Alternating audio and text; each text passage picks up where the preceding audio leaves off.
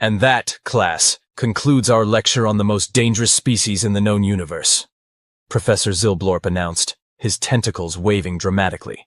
Any questions before we move on to, Professor?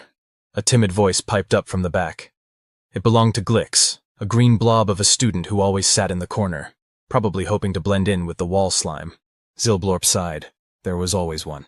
Yes, Glix? You, didn't mention humans at all. The classroom fell silent. Even the ambient hum of the anti-gravity generators seemed to pause in shock. Mentioning humans in polite company was about as taboo as belching methane during a royal coronation. Humans? Zilblorp scoffed, his eye stalks quivering with barely contained mirth. Those squishy bipeds? Please, they're hardly worth mentioning in a serious xenobiology course. But sir, Glix persisted, clearly not getting the hint to shut his multiple mouth holes. I heard they do really crazy stuff. Like all the time. Zilblorp rolled all 7 of his eyes. Such as? Well, Glix's body rippled nervously. They jump out of perfectly good flying machines, for fun. A collective gasp echoed through the room. One student promptly fainted, their gelatinous body oozing dramatically onto the floor. Preposterous, Zilblorp declared. No sentient species would willingly. And they ride boards down frozen water mountains, another student chimed in. My third cousin's roommate's spawn donor saw it on the intergalactic net. Zilblorp's tentacles began to twitch uncontrollably. Now see here. I heard, whispered a usually silent Vorlax in the front row, that they purposely ingest neurotoxins that impair their cognitive functions, as a social bonding ritual.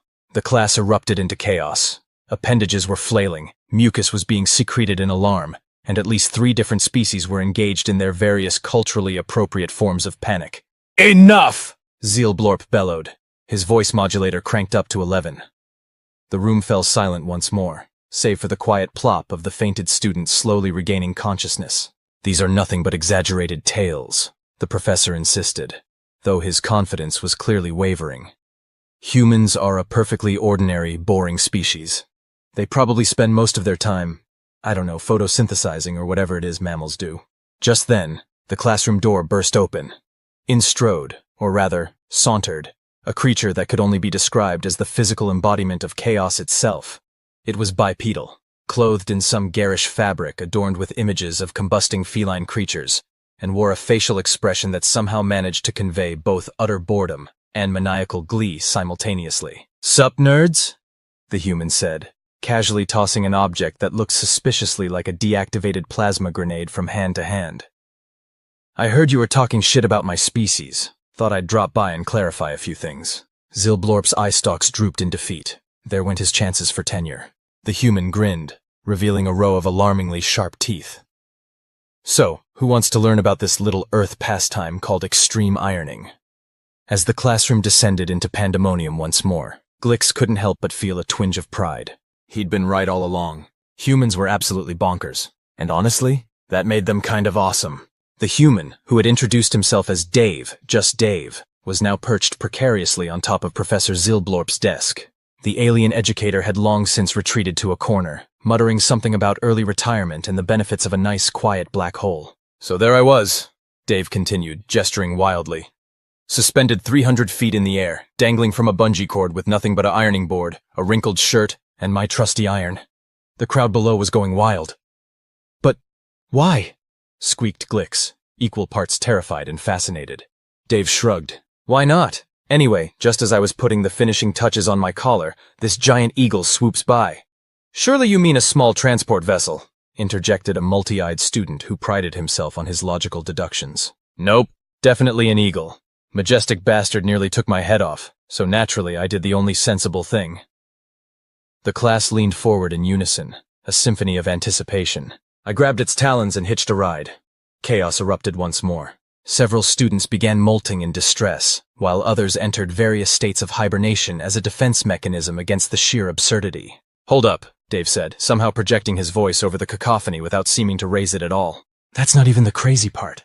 Silence fell so quickly you could hear a nanoscale pin drop. See, turns out the eagle was part of this underground extreme falconry league. Next thing I know, I'm participating in the Interspecies Avian Rodeo Championships. Did you know Betelgeusian acid hawks are ticklish under their third wing? At this point, even the usually stoic Vorlax was making high-pitched keening noises that sounded suspiciously like laughter. "Mr. Dave," ventured a brave soul from the back. "Are all humans like you?" Dave's grin somehow managed to widen even further. "Oh no, I'm considered pretty tame by human standards. You should meet my grandma. Last year for her 90th birthday, she decided to celebrate by wrestling a kraken." Kraken? Professor Zilblorp wheezed from his corner. "Yeah, giant sea monster. Lots of tentacles. Kind of like you, Prof, but with more suckers and less tweed." Zilblorp's color shifted rapidly through several spectrums not visible to human eyes, finally settling on a sickly chartreuse. "Anyway," Dave continued, now casually juggling what appeared to be 3 active antimatter capsules. "That's not even getting into our hobbies. Anyone want to hear about extreme underwater basket weaving? Or how about competitive time travel paradox creation?" A tentative appendage raised in the front row. "Excuse me, but isn't time travel impossible?" Dave winked. "It was, until we decided it shouldn't be. Funny thing about humans, we tend to treat the laws of physics more like guidelines." As if to prove his point, he suddenly vanished in a puff of improbability, only to reappear a nanosecond later wearing a different shirt and sporting a slight sunburn. "Sorry, just popped over to the Cretaceous period for a quick selfie with a T-Rex. Anyone want to see?" The classroom, which had been teetering on the edge of sanity for the past hour, finally succumbed to full-blown hysteria. Students were either fleeing in terror, approaching Dave with religious reverence, or frantically scribbling notes for what would surely be the most controversial xenobiology thesis in galactic history. Through it all, Glick sat in stunned silence, his gelatinous form quivering with a mixture of fear and excitement. He'd always dreamed of exploring the universe, of experiencing the wonders and terrors of the cosmic frontier. But now, watching Dave regale his classmates with tales of parkour fire juggling on the rings of Saturn, he realized something profound. The true final frontier wasn't out there in the stars. It was in the unfathomable, beautiful insanity of the human mind. And Glix, bless his amorphous little heart, decided right then and there that he wanted to be just like Dave when he grew up. Assuming, of course, he survived the rest of this class. As the chaos in the classroom reached fever pitch, an unexpected figure appeared in the doorway. The newcomer was tall, regal, and unmistakably not amused. It was Chancellor Zers, head of the Galactic Academy of Xenostudies. "What?" Zerx's voice boomed, instantly silencing the room. "In the name of the 7 sons of Centauri is going on here?" Dave, still perched atop the desk, waved cheerily. "Hey there, big guy. We're just having a little cultural exchange. Want to join? I was about to demonstrate the ancient Earth art of chugging." Chancellor Zerx's eye stalks twitched dangerously. "Professor Zilblorp, explain yourself." Zilblorp, who had been trying to meld with the wall, reluctantly peeled himself away. "Well, you see, Chancellor, it's a very complex situation involving, hands-on learning and immersive xenocultural studies." "Immersive is right," Dave chimed in. "Hey, Chance, ever heard of parkour?" Before anyone could stop him, Dave had launched himself across the room, ricocheting off walls, desks, and the occasional student. He finished with a perfectly executed backflip, landing squarely on Chancellor Zerx's shoulders. "Ta-da!" Dave exclaimed, balancing precariously on the alien's head. "Now, who wants to learn about human mating rituals? It involves something called Tinder, and a lot of questionable life choices."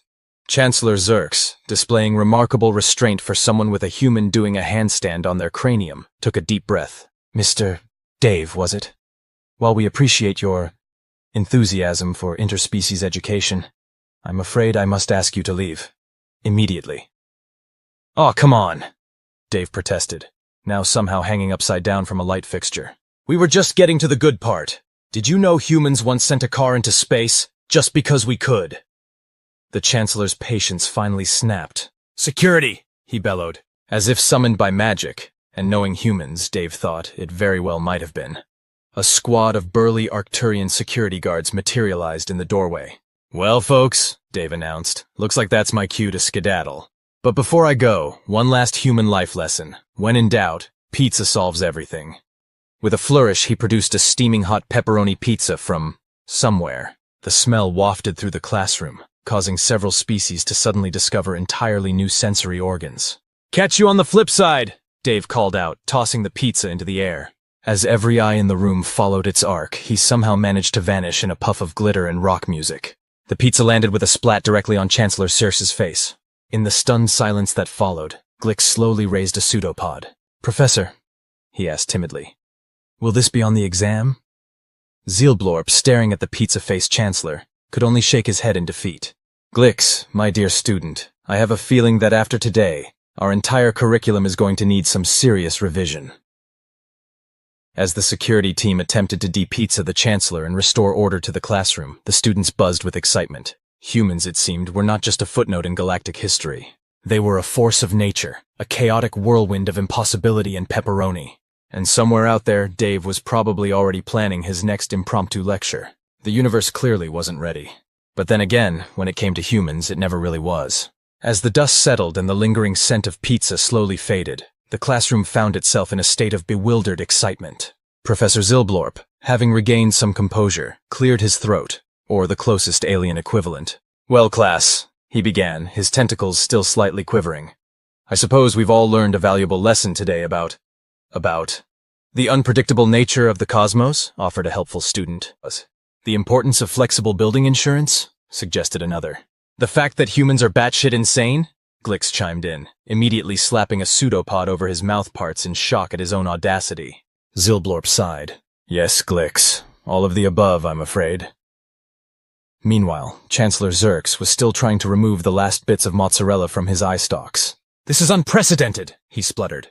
"In all my cycles as Chancellor, I've never encountered such awesomeness," Glix offered meekly. The Chancellor shot him a look that could curdle milk on 17 different planets. I was going to say blatant disregard for academic protocol, but clearly the contamination has already begun. Just then, a small device on Dave's abandoned desk began to glow and emit a catchy tune. The class instinctively recoiled, half expecting it to explode into a shower of confetti and small mammals. Cautiously, Professor Zealblorp approached the device. "It appears to be communicating." With trembling tentacles, he activated the holographic display. Dave's grinning face materialized above the desk. "Hey there, Xenopals," his image exclaimed. "Sorry for the abrupt exit. Had to pop over to Alpha Centauri real quick. Apparently they're having a limbo contest with actual black holes. Can you believe it? Anyway, just wanted to say thanks for being such a great audience. Oh, and heads up, you might want to evacuate the building in the next, 37 seconds. The hologram winked out, leaving behind a stunned silence and a rapidly ticking countdown. For a moment, nobody moved. Then, as if someone had flipped a switch, the classroom erupted into pandemonium. Students of all shapes and sizes scrambled for the exits, some using appendages they didn't even know they had. "Remain calm," Chancellor Zerx bellowed, his voice barely audible over the chaos. "This is clearly just another human prank. There's no way they could possibly—" His words were cut short as the entire building suddenly shuddered and began to rise into the air. Outside, students and faculty alike watched in awe as the xenobiology department detached itself from the rest of the university and slowly ascended towards the stratosphere. From a nearby hilltop, Dave watched the spectacle with a satisfied grin. Beside him stood a small green blob that looked suspiciously like Glix. "See, kid?" Dave said, patting the trembling alien. "I told you ditching class would be worth it. Now, who's up for learning about the human tradition of road trips?" As the floating building disappeared into the clouds, presumably en route to parts unknown, Glix realized that his life would never be the same. He had touched chaos incarnate, and it had winked at him. The universe, it seemed, was a far stranger and more wonderful place than any textbook could have prepared him for.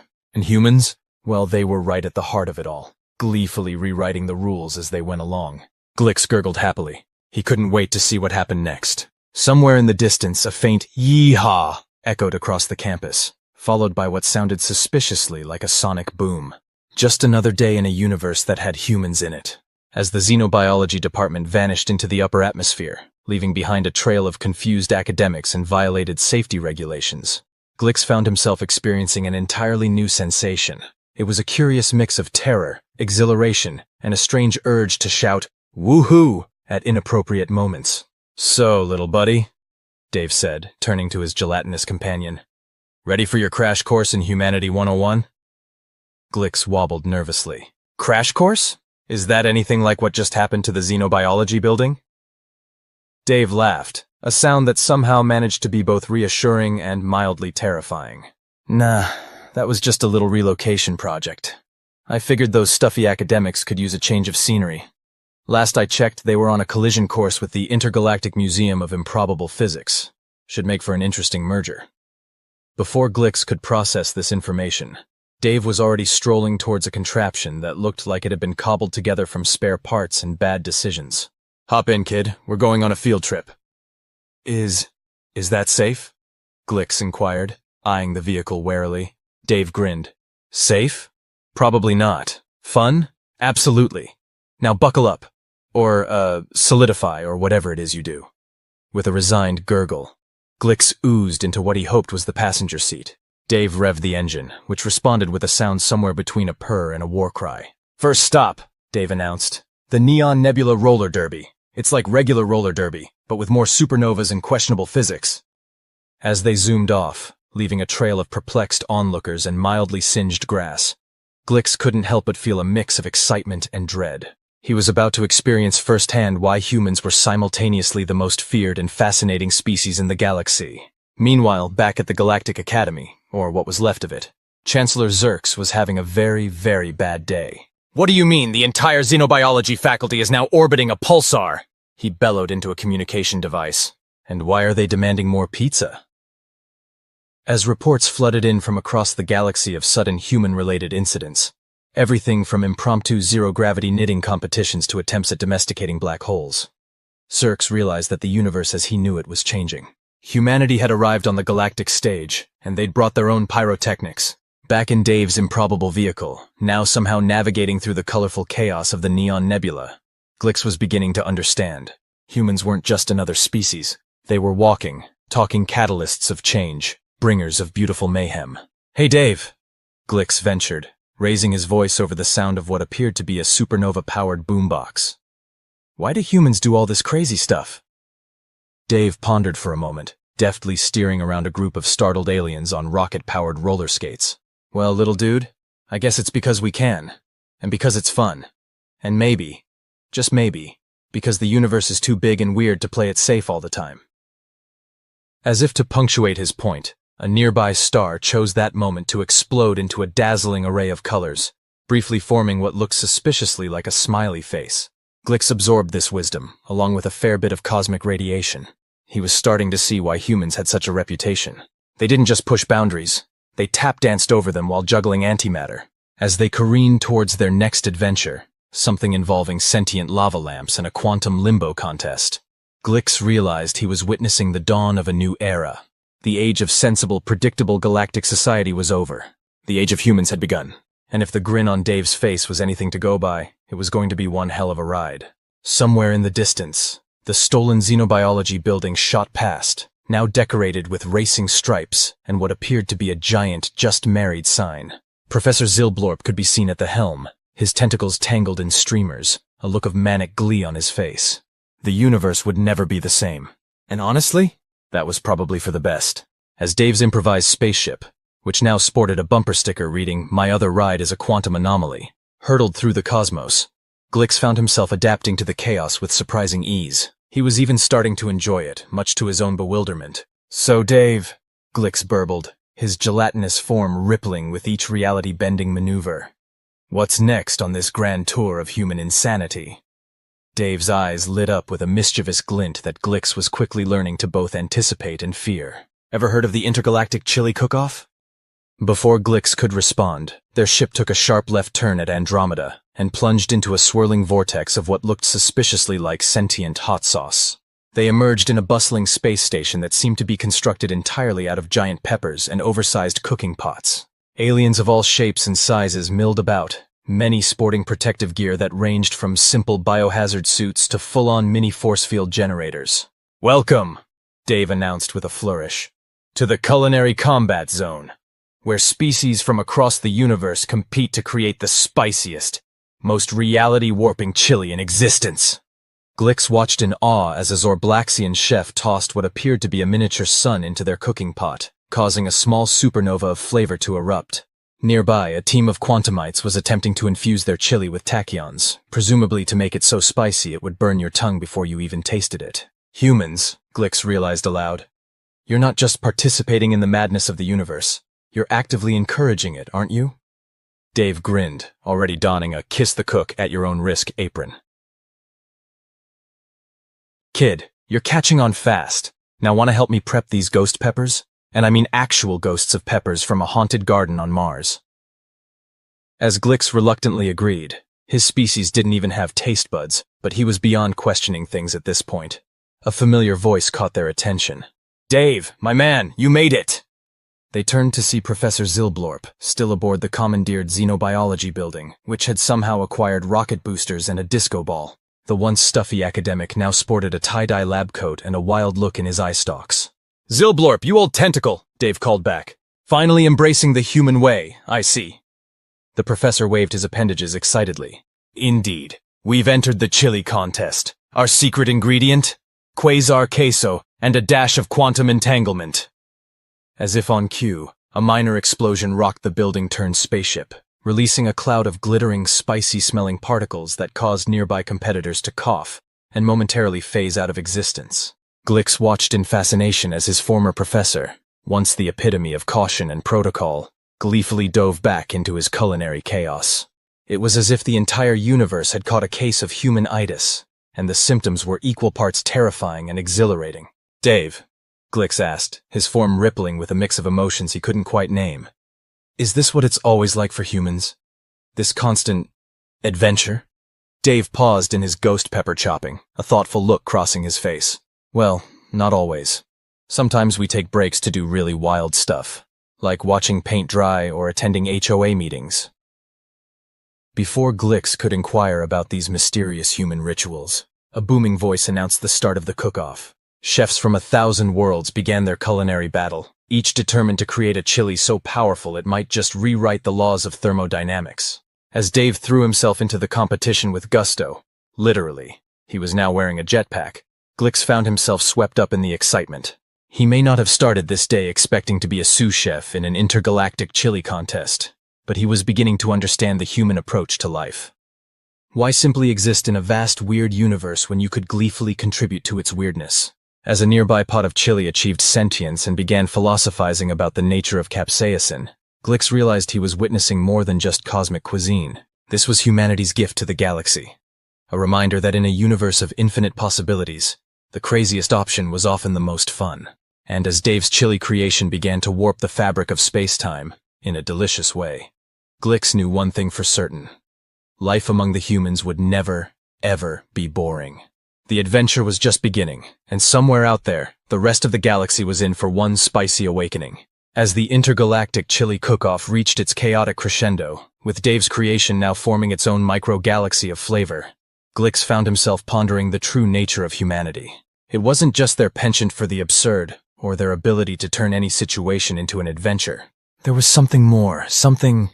His musings were interrupted by a sudden shift in the space-time continuum, courtesy of a particularly potent batch of quantum queso. Whoops! Dave exclaimed, casually adjusting his time traveler's cookbook as reality warped around them. Looks like we might have overdone it with the chrono-cilantro. Hold on to your molecular structure, Glix. In a flash of spicy light, the entire cook-off station, along with its bewildered participants, was transported to what appeared to be Earth's Mesozoic era. Well, Dave mused, observing a passing T-Rex that was now sniffing curiously at a pot of Brontosaurus brisket chili. This is new. Professor Zilblorp, his tentacles now tangled in prehistoric vines, called out from his hovering building ship. Dave, I believe we may have inadvertently created a temporal paradox. The ramifications for paleogastronomy are staggering. As if to prove his point, a group of velociraptors nearby had discovered a spilled batch of Triassic taco soup, and were now engaged in what could only be described as a prehistoric rave. Glix, still trying to process the rapid change in scenery and geological era, turned to Dave. Is this normal for a cooking competition? Dave shrugged, already setting up a new cooking station atop a convenient stegosaurus. For humans, this is practically a Tuesday. Now who wants to try my primordial pesto? As the cook-off continued, now with the added challenge of avoiding becoming an ingredient oneself, Glix noticed something remarkable. The chaos, the absurdity, the sheer improbability of it all. It wasn't just entertaining the participants. It was changing them. Species that had been mortal enemies were now trading recipes and debating the merits of Jurassic juniper berries. The once stuffy academics from the xenobiology department were leading a conga line of curious dinos, their lab coats flapping in the ancient breeze. And at the center of it all were the humans, like Dave, seamlessly adapting to each new impossibility, as if it were the most natural thing in the universe. Dave, Glix ventured, narrowly dodging a low-flying pterodactyl with a taste for Cretaceous curry. I think I'm starting to understand. Humans don't just embrace chaos. You create opportunities from it. You turn the improbable into the possible, and then you invite everyone else to join in the fun. Dave beamed, somehow managing to look proud while simultaneously fending off a diplodocus with a ladle. You got it, kid. Life's too short. Well, unless you're time traveling, to let a little thing like impossibilities stop you from having a good time. As if to punctuate his point, the sky above them suddenly lit up with a dazzling meteor shower. Or at least, it looked like a meteor shower until Glix realized it was actually a rain of glowing, chili-infused space peppers. Oh boy, Dave chuckled, pulling out a comically large umbrella. Looks like the Andromeda team's cosmic capsaicin bombs are making quite an entrance. As the assembled beings, human, alien, and dinosaur alike, scrambled to catch the falling peppers, some with their mouths, others with hastily improvised force fields, Glix felt a strange sensation bubbling up inside him. It took a moment to recognize it for what it was, pure, unadulterated joy. This, he realized, was humanity's true gift to the universe. Not just the ability to defy logic or bend reality, but the capacity to find delight in the face of the unknown, to create connection amidst chaos, and to turn even the most improbable scenario into a party. As a particularly ambitious velociraptor attempted to open a food truck specializing in meteor-grilled mammoth burgers, Glix made a decision. He was all in. Whatever crazy adventure came next, whatever impossible scenario Dave cooked up, literally or figuratively, he was ready for it. After all, in a universe where humans existed, the only true impossibility was boredom. So, Dave, Glix bubbled excitedly, what's our next stop on this cosmic culinary tour? Dave's eyes twinkled with that now familiar mix of mischief and madness. Ever heard of the Big Bang Bakery? I hear they're trying to recreate the origin of the universe. With sourdough. And as they set off towards their next improbable adventure, leaving behind a Mesozoic era forever changed by the power of intergalactic chili, Glix couldn't help but feel that the universe had just become a much more interesting place, all thanks to the beautiful insanity of humanity.